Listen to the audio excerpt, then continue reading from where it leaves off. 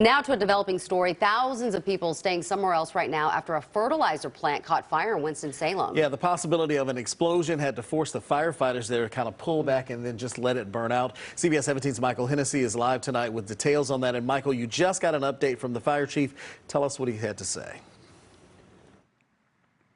Rod, Angela, the bottom line here is there is 0 fire personnel still on that site, which is about a mile behind me here. Where that press conference was happening is about a half-mile further away from the fire from where we're standing right now. We came down here right to the edge of the barricade to give you a really good idea of 2 things. And one, you may have already noticed it, there is still some traffic coming by me here. People continue to drive by that barricade here on Indiana Avenue and in the direction of the fire. The other reason is because we're looking at the color of the smoke here. And the color of the smoke keeps changing for a couple of reasons. One is just different materials burning.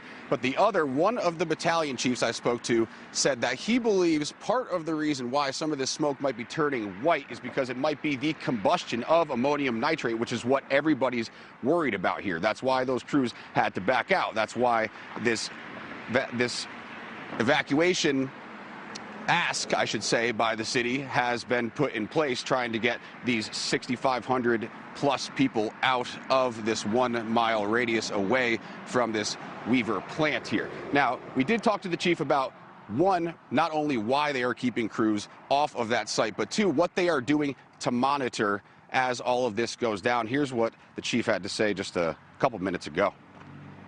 We're still maintaining 3 fire department strike teams in the area to respond to anything in the event that there's a drastic change in the conditions.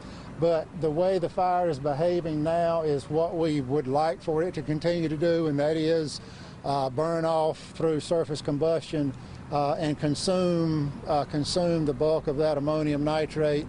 We do not know what the rate of consumption is. We just need it to burn out a fuel.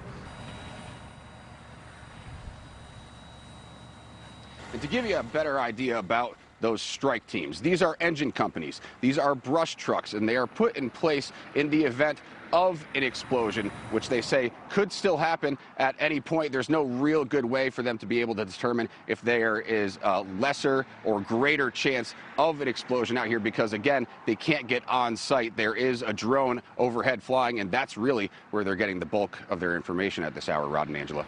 Yeah, that's pretty scary, just the unknown of what could happen. So, Michael, thank you. And of course, you can stay with CBS 17 for updates on the fertilizer plant fire. We'll bring you the very latest on air, online, and on the CBS 17 News app.